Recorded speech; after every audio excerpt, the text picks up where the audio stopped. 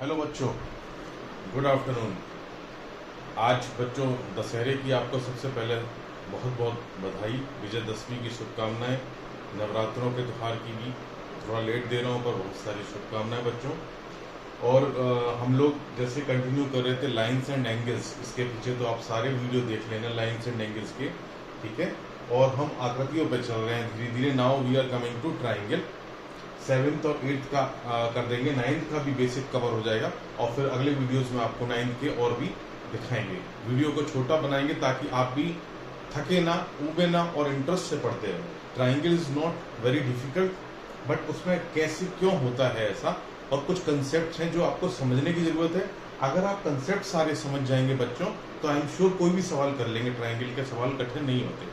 तो सारे कंसेप्ट को शुरू करते हैं, ठीक है बच्चों। ये आप एक आकृति देख रहे हैं यहाँ, ठीक है। तो सबसे पहले ट्राइंगल होता क्या है। ट्राइंगल बड़ा सिंपल होता है बच्चों। देखो, एक लाइन मैंने खींची, ठीक है। इसमें पॉइंट ए रहा, बी रहा और सी रहा। ये तीनों पॉइंट कोलिनियर पॉइंट है। मतलब कि अगर ए और सी से अगर हम कोई एक स्ट्रेट लाइन खींचें और इसी पर सारे पॉइंट डालते चले जाएंगे, पॉइंट कोलिनियर पॉइंट है क्योंकि एक लाइन पे है। पर अगर बी पॉइंट समझ लीजिए बच्चों नॉन कोलिनियर हो, मतलब इस लाइन पे नहीं हो, तो इन तीनों पॉइंट से प्लेन में एक आकृति क्रिएट हो जाती है। तो 3 नॉन पैरेलल मतलब 3 नॉन कोलिनियर पॉइंट से आप एक ट्राइंगल बना सकते हैं। नॉन कोलिनियर मतलब एक लाइन पे नहीं हो, दो है, 2 पॉइंट तो कोई मतलब ही नहीं होता, ठीक है। तीसरे पॉइंट को जैसे ही मैं ऐड करता हूँ तो एक लाइन बना सकता हूँ। 2 पॉइंट से भी लाइन खींच सकता हूँ मैं। तीसरा पॉइंट अगर लाइन पे है तो ठीक है, लाइन ही बनेगी, पर अगर वो लाइन पर नहीं है तो ट्राइंगल फॉर्म हो जाएगा अगर मैं उन पॉइंट्स को जोड़ देता हूँ स्ट्रेट लाइन से। तो बेसिकली ट्राइंगल क्या हुआ कि 3 नॉन पैरेलल लाइंस हैं। देखिए ये लाइन और ये लाइन, ये तीनों में कोई भी 3 लाइन पैरेलल नहीं है। अगर इसमें कोई भी 2 लाइनें पैरेलल होंगी तो ट्राइंगल फॉर्म नहीं होगा। फॉर एग्जांपल ये हमने लाइन खींच दी, अगर मैं इसके पैरेलल बना दूं तो ट्राइंगल नहीं बन पाएगा, या इसके पैरेलल बना दूं तो ट्राइंगल नहीं बन पाएगा। तो मेरे को 3 नॉन पैरेलल लाइंस चाहिए ही चाहिए, ठीक है। तो ये हमारा ट्राइंगल के लिए जरूरी है। अब क्या होता है, इसमें साइड्स और एंगल होते हैं। देखो बड़ा सिंपल है बच्चों। साइड्स क्या है, कोई भी ट्राइंगल ये 3 लाइन सेगमेंट है, AC, BC और AB, BC और C, ये 3 लाइन सेगमेंट है। इन लाइन सेगमेंट्स के जो और नॉन पैरेलल है तो इनसे एक ट्राइंगल बन गया। जब ये ट्राइंगल एनक्लोज हुआ तो इसमें 3 एंगल भी बन गए। इन 2 लाइन सेगमेंट से ये एंगल, इन 2 लाइन सेगमेंट से ये वाला एंगल और इन 2 लाइन सेगमेंट से ये वाला एंगल। हम इनको एंगल जैसे C को दिखाना है तो एंगल ACB भी लिख सकते हैं, या शॉर्ट में एंगल C भी लिख सकते हैं दोस्तों, ठीक है। तो एक तरीके से ये हो गया कि किसी भी ट्राइंगल में 3 साइड्स होती हैं और 3 ही उसके अंदर एंगल हुआ करते हैं, ठीक है। और ये साइड्स क्या होती हैं, लाइन सेगमेंट्स को ही हम साइड्स बोलते हैं। तो ये क्लियर हो गया, ये क्लियर हो गया। अब एलिमेंट्स और पार्ट्स क्या होता है बच्चों, किसी भी ट्राइंगल में जो ये 3 साइड्स हो गई और ये 3 एंगल्स हो गए, मतलब AB, BC और CA, ये 3 sides, and angle A, angle B and angle C, ये combinedly put together these things are called elements और पार्ट्स ऑफ द ट्राइंगल। यही ऊपर जो लिखा हुआ है वही होता है। अब आता है बच्चों interior of triangle, exterior of triangle and what is the triangular region in the triangle. तो देखिए कोई भी पॉइंट P जो ट्राइंगल के अंदर है, ऐसे पॉइंट्स का समूह, ऐसे पॉइंट्स का ग्रुप जो ट्राइंगल के अंदर है, सारे पॉइंट्स अगर इकट्ठे कर लिए जाएं तो बेसिकली और बिल्कुल पास पास हो और ट्राइंगल के अंदर है तो ये इंटीरियर ऑफ ट्राइंगल बनाते हैं। P कोई ऐसा कोई फिक्स पॉइंट नहीं है, एक वेरिएबल पॉइंट है। ये यहाँ ये भी पॉइंट हो सकता है, ये भी पॉइंट P। तो ऐसे ग्रुप ऑफ पॉइंट्स जो कि ट्राइंगल के अंदर है मिला के इंटीरियर ऑफ ट्राइंगल बनाते हैं। सिमिलर वे में जो ट्राइंगल के बाहर ये Q, ये सारे पॉइंट ये बनाएंगे Q। और एक होता है ऑन द लाइन, कुछ पॉइंट भाई लाइन पर भी हो सकते हैं। तो ट्राइंगल की on sides on the triangle points हैं। इंटीरियर पॉइंट्स और जो ऑन द ट्राइंगल पॉइंट्स हैं उनको मिलाकर के जो रीजन बनता है, मींस पूरा ट्राइंगल का region, on the end interior मिला के रीजन को ट्राइंगुलर रीजन भी कहते हैं, ठीक है। तो ये बिल्कुल क्लियर हो गया। R और P एक तरीके से ट्राइंगुलर रीजन में आ गए। Q आउटसाइड है, एक्सटीरियर, पी इंटीरियर और ये ऑन द ट्राइंगल भी कह सकते हैं। उसके बाद आता है बच्चों टाइप्स ऑफ ट्राइंगल, कि कितने तरह के ट्राइंगल होते हैं। तो देखिए ट्राइंगल क्या होता है, अगर हम थोड़ा सा समझने की कोशिश करें, यहीं पर आपको समझा देते हैं, आसान रहेगा। देखिए अगर कोई ट्राइंगल है, जैसे मैंने खींचा ये और ये, इसमें ट्राइंगल में आप देखेंगे कोई सी भी तीन और साइड्स बराबर नहीं है, ठीक है। ऐसा ट्राइंगल जिसमें कोई भी साइड्स किसी के बराबर नहीं हो, मतलब no arms are equal to each other, कोई भी आर्म्स ट्राइंगल की वो बराबर नहीं है, तो this triangle is called scalene triangle. इसके बाद आता है आइसोसेलेस ट्राइंगल, जिसमें दो, ये देख रहे हैं ए बी और सी, ये वाली इसके बराबर है साइड लेंथ में, और ये अलग है, ये इस बराबर नहीं है। तो जिसमें दो साइड्स बराबर हो, ये और ये भी हो सकती हैं, है ना, ये और ये भी हो सकती हैं, उस ट्राइंगल को हम आइसोसेलेस ट्राइंगल कहते हैं। इसकी क्या खूबसूरती होती है, आइसोसेलेस ट्राइंगल के जो बराबर साइड्स हैं उनके अपोजिट जो एंगल हैं, इस साइड के अपोजिट एंगल कौन सा, एंगल सी, और एंगल ए जो एसी साइड्स है इसके अपोजिट एंगल कौन सा है, एंगल बी। तो जब ये साइड्स बराबर हैं तो इनके अपोजिट एंगल्स भी बराबर होते हैं। आप इसको मेजर करके देख सकते हैं, ऐसा होता ही होता है, ठीक है। ये स्केलिन आइसोसेलेस ट्राइंगल की इक्विलैटरल क्या हुआ, इसी को अगर हम थोड़ी देर के लिए मान लें कि बीसी भी इनके बराबर है, means A B is equal to BC is equal to CA। पहले वाले में AB is equal to CA था, BC नहीं था। अभी अगर तीनों रेखाएं बराबर हैं, तीनों आर्म बराबर हैं ट्राइंगल की, तो इस ट्राइंगल को इक्विलैटरल ट्राइंगल कहते हैं। इक्की नाम से ही पता चल जाता है। तो इस ट्राइंगल की खूबसूरती क्या हुई कि इसकी अपोजिट एंगल क्या हो गया, A। तो इस ट्राइंगल में एंगल ABC तीनों एंगल आपस में बराबर होते हैं, जहां तीनों रेखाएं बराबर होती हैं। तो याद करने वाली प्रॉपर्टी आ जाती है कि जहां तीनों रेखाएं बराबर हैं वहां तीनों एंगल बराबर हैं, जहां दो साइड्स बराबर हैं उनके अपोजिट साइड्स के एंगल्स बराबर होंगे। तो इससे कभी कभी एग्जाम में पूछा जा सकता है कि इक्विलैटरल ट्राइंगल क्या आइसोसेलेस ट्राइंगल भी होता है। यस, इक्विलैटरल आइसोसेलेस ट्राइंगल कह सकते हो। हर इक्विलैटरल ट्राइंगल आइसोसेलेस ट्राइंगल तो होगा ही होगा, क्योंकि दो साइड्स तो उसकी बराबर है ही है, ठीक है। तो एक तरीके से ये कहने का हो गया कि आइसोसेलेस ट्राइंगल के इक्विलैटरल ट्राइंगल जो है वो आइसोसेलेस ट्राइंगल तो होगा ही होगा, अगर एग्जाम में पूछा जाता है। उसके बाद आते हैं एंगल के बेस पर हम कैसे अलग अलग कर सकते हैं, ठीक है। तो एंगल के बेस पर भी हम अलग कर सकते हैं। वो हुआ तीन तरह के अक्यूट एंगल, मतलब कोई भी ऐसा ट्राइंगल, जैसे देखें अक्यूट एंगल आपको बताया था कि 90 से कम होता है। जैसे एक ये हो गया, खींच लिया हमने ये, तो दिस इज लेसर देन 90 दिख रहा है, तो this is called acute angle triangle या अक्यूट ट्राइंगल। और सबसे बड़ी बात क्या है, इसके तीनों ही एंगल अक्यूट होंगे। क्यों होंगे, जिसके तीनों एंगल अक्यूट होंगे, अक्यूट मतलब लेस देन 90 होंगे, तो अक्यूट एंगल ट्राइंगल वो होगा। अगर और जिसके तीनों ही एंगल्स अक्यूट होंगे, क्योंकि जैसे इस तरह देखिए उसमें कोई भी एंगल 90 का भी नहीं है, तो अक्यूट एंगल ट्राइंगल हुआ। राइट एंगल या राइट ट्राइंगल क्या हुआ, एक अक्यूट ट्राइंगल होगा। राइट एंगल ट्राइंगल ये होगा कि इसमें एक एंगल 90 डिग्री का होगा। जब एक एंगल 90 डिग्री का हुआ तो हमें पता है किसी भी ट्राइंगल में तीनों जो एंगल्स होते हैं उसका सम कितना होता है, 180 डिग्री। क्यों होता है ये भी अभी प्रूफ कर लेंगे, कभी कभी ये भी थ्योरम आ जाती है। तो अगर ये तीनों ये 90 का होगा तो बचे हुए दो 90 के होंगे, इसका मतलब दो बचे हुए एंगल्स का सम 90 होगा और दोनों ही अक्यूट होंगे। क्योंकि अगर एक दूसरा भी 90 हो गया तो ट्राइंगल ही नहीं बन पाएगा। तीन एंगल चाहिए तो इन दोनों का समेशन 90 होगा, तो ये दोनों अक्यूट होंगे और ये राइट एंगल होगा। अब आता है ऑब्ट्यूस एंगल ट्राइंगल।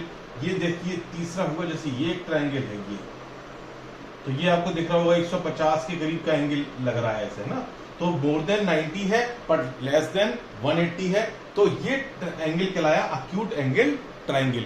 इसकी भी खूबसूरती है कि इसके दोनों बचे हुए एंगल अक्यूट ही होंगे, क्योंकि जब ये 90 से ऊपर का हो गया तो अब ये 150 है तो 30 के अंदर ही दोनों एंगल होंगे, तो दोनों एंगल अक्यूट एंगल होंगे। तो अक्यूट एंगल में आपको समझ में आ गया कि अक्यूट एंगल ट्राइंगल में तीनों एंगल अक्यूट होंगे। राइट एंगल में 90 डिग्री का एक एंगल होगा और ऑब्टूस एंगल ट्राइंगल में एक एंगल जो होगा ऑब्टूस होगा, और राइट एंगल और ऑब्टूस एंगल में बचे हुए दोनों एंगल अक्यूट एंगल होंगे। अब आता है बच्चों की जो मैं बात कर रहा था, सम ऑफ एंगल्स 180 डिग्री होते हैं। भाई किसी ने हमसे अगर प्रूफ मांग लिया तो कैसे प्रूफ करेंगे, देखिए कैसे आसानी से हम लोग इसको दिखा सकते हैं।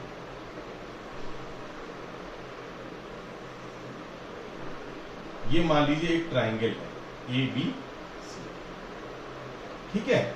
एक पैरेलल रेखा हॉरिजॉन्टल रेखा ए से खींच दी, कोई दिक्कत नहीं है ना। अब क्या हुआ, इसको थोड़ा सा एक्सटेंड कर लो, मान लो डी पॉइंट तक, और इसको कुछ भी रख दो, एक्स वाई नाम रख दो, ठीक है। अब देखो बच्चों, हम लोग पढ़ के आए हैं कि दो पैरेलल रेखाएं हैं, ये दोनों, ठीक है, ये दोनों रेखाएं पैरेलल हैं। हमें निकालना है एक तरीके से अक्यूट एंगल ट्राइंगल। हमने क्या किया, जो बीसी के पैरेलल रेखा थी वो यहां पर एक्स वाई खींच दी। हमने ए से बीसी के पैरेलल रेखा खींच दी, ठीक है। दो हमारी पैरेलल रेखाएं हैं। अब इस रेखा को देखो, अगर आप ये आगे बढ़ाओ और इसको आगे बढ़ाओ तो बेसिकली ये क्या है, ट्रांसवर्सल हो गया। सबको पढ़ा चुका हूं, नहीं पढ़ाया तो आप देख लेना ट्रांसवर्सल लाइंस एंड एंगल्स में, ठीक है। और ये ट्रांसवर्सल बन गया। अब ट्रांसवर्सल की खासियत क्या होती है, ये एक एंगल हो गया और ये एंगल, ये क्या हुआ सबको पता है, अंदर है अपोजिट है, तो ये क्या हुआ, इंटीरियर एंगल्स हुए और ऑल्टरनेट हुए। तो ऑल्टरनेट इंटीरियर एंगल्स बराबर होते हैं। तो हम लिख सकते हैं कि एंगल वाई ए सी, ये वाला angle is equal to angle A C B, इस वाले के बराबर हो गया, ठीक है। इसमें कोई दिक्कत नहीं है हमको। एक एंगल ये हुआ ही हुआ और एक एंगल हुआ इसका ये अगर ट्रांसवर्सल इस डायरेक्शन में देखें तो ये बी ए, इन दोनों रेखाओं का ट्रांसवर्सल है, तो ये वाले एंगल भी बराबर होंगे, ये भी ऑल्टरनेट इंटीरियर एंगल है। तो मतलब कहने को हुआ angle X A B is equal to angle A B C, ये एंगल इस एंगल के बराबर है। अब हम ये जानते हैं ये लाइन क्या है, स्ट्रेट लाइन है। स्ट्रेट लाइन पर ये पूरा एंगल कितना होगा, 180 डिग्री का होगा। या हम ये भी कह सकते हैं कि यहाँ लीनियर प्रॉपर्टी है, मींस देखो एक लाइन ये जा रही है, ठीक है, और लीनियर पेयर ऑफ एंगल, अगर ये एंगल लें और ये बचा हुआ पूरा ले लें तो ये लीनियर पेयर ऑफ एंगल्स कहलाता है। ये तीनों एंगल्स भी, क्योंकि ये स्ट्रेट लाइन है तो तीनों का सम 180 डिग्री होगा। या हम कह सकते हैं ये एंगल और इन दोनों का सम 180 डिग्री होगा। और हम ये भी बोल सकते हैं स्ट्रेट लाइन की वजह से कि ये एंगल और ये एंगल तीनों का सम 180 डिग्री होगा। मतलब अगर हम ये मानो angle X A B plus angle B A C plus angle Y A C is equal to 180 degree, straight line पर है या कह दो लीनियर पेयर ऑफ एंगल्स है। अब देखो एक्स ए बी क्या हुआ, ये एंगल ये किसके बराबर था, एंगल ए बी सी के, ए बी सी, बी ए सी लिखा रहने दो ऐसे ही। और वाई ए सी किसके बराबर था, एंगल ए सी बी के, ए सी बी, और ये 180 डिग्री था ही था। ये देखो एक तरीके से ए बी सी को एंगल बी लिख दिया, इसको हमने ए लिख दिया और इसको एंगल सी लिख दिया, तो आ गया 180 डिग्री।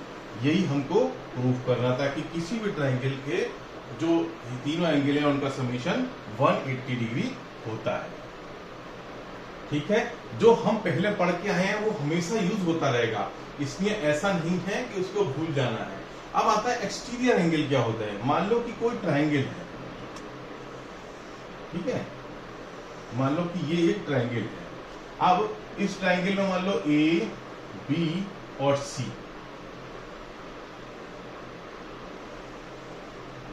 इसी ट्राइंगल को हम ए बी सी, इसको बी सी को हम प्रोड्यूस करते हैं पॉइंट डी तक, एक्सटेंड कर लेते हैं इसकी लाइन को इस डायरेक्शन में, ठीक है। अच्छा, जब हमने इसको एक्सटेंड कर लिया तो क्या हुआ,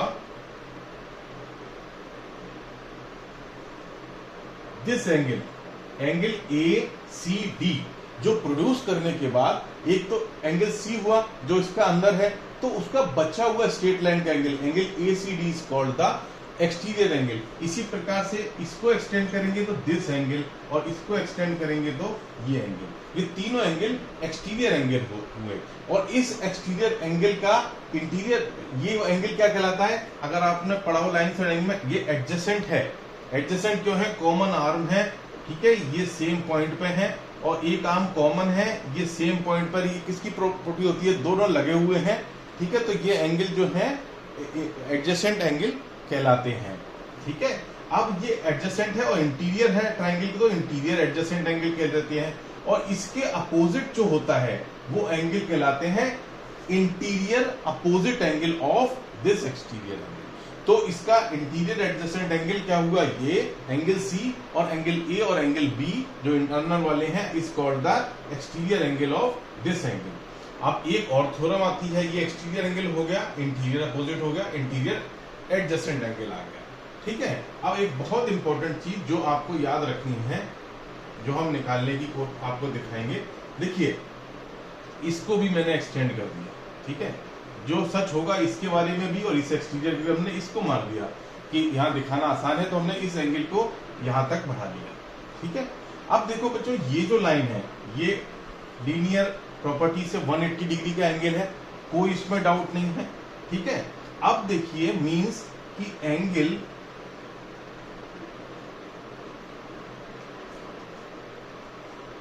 B C E plus angle D C E is equal to 180 degree from linear property, ये एंगल और ये एंगल, ठीक है, कोई बात नहीं, बहुत अच्छी बात है।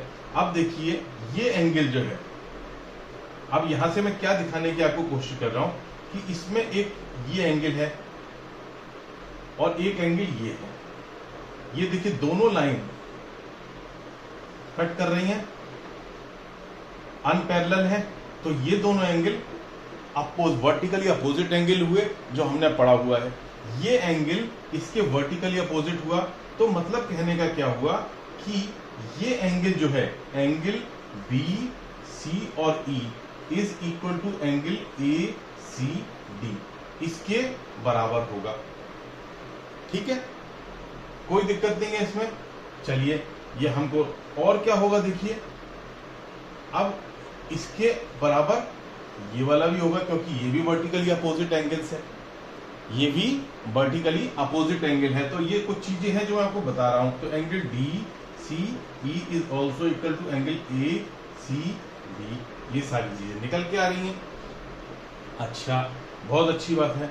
अब हम क्या करते हैं, ए सी बी को हम कह सकते हैं एंगल सी, ठीक है, इसमें तो कोई दिक्कत नहीं है। और हमको ये भी पता है कि तीनों angles, angle A plus angle B plus angle C is equal to 180 degree,